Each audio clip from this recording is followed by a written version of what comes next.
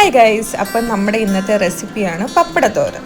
ഇത് ഭയങ്കര ഈസിയാണ്. അപ്പം നമുക്ക് പെട്ടെന്ന് തന്നെ കണ്ടിട്ട് വരാം.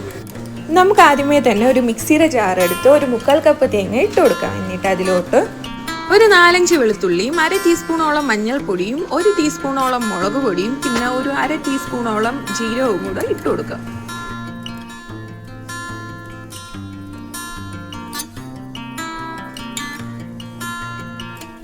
എന്നിട്ട് നമുക്കിനി പപ്പടം പൊള്ളിക്കാനായിട്ട് പോകും. പപ്പടം ഒരു 10 എണ്ണം എടുത്തിട്ടുണ്ട്. പപ്പടം എല്ലാം പൊള്ളിച്ച് കഴിയുമ്പോൾ നമുക്ക് കൈ വെച്ച് തന്നെ ജസ്റ്റ് ഒന്ന് പൊടിച്ചിട്ട് സൈഡിലോട്ടൊന്ന് മാറ്റി വെക്കാം. ഇനി എടുത്ത് നമുക്ക് കടായി ചൂടാക്കാൻ വെക്കാം. കടായി ചൂടായി കഴിയുമ്പോൾ അതിലോട്ട് കുറച്ച് എണ്ണ ഒഴിച്ചു കൊടുക്കാം. എണ്ണ ചൂടായി കഴിയുമ്പോൾ നമുക്ക് അതിലോട്ട് കുറച്ച് കടുക് ഇട്ട് കൊടുക്കാം. കടുക് ഇട്ടതിന് ശേഷം കുറച്ച് പെരിഞ്ചീരകവും കൂടെ ഇട്ട് കൊടുക്കാം.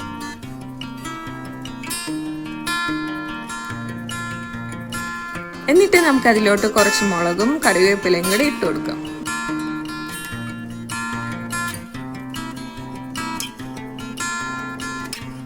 എന്നിട്ട് ഇതൊന്ന് സെറ്റായി വരുമ്പോൾ നമുക്ക് ഇതിലോട്ട് ഒരു സവാള ആഡ് ചെയ്ത് കൊടുക്കാം.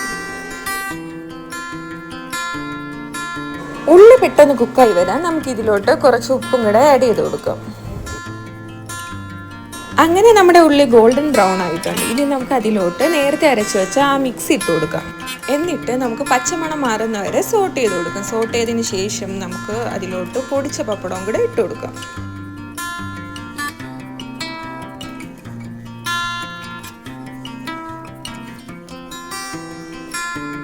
എന്നിട്ട് ഇത് നന്നായിട്ട് നമുക്കൊന്ന് മിക്സ് ചെയ്തെടുക്കണം.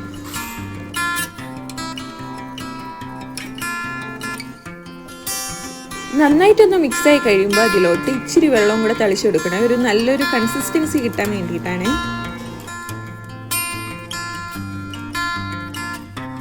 അങ്ങനെ നമ്മുടെ പപ്പടത്തോരൻ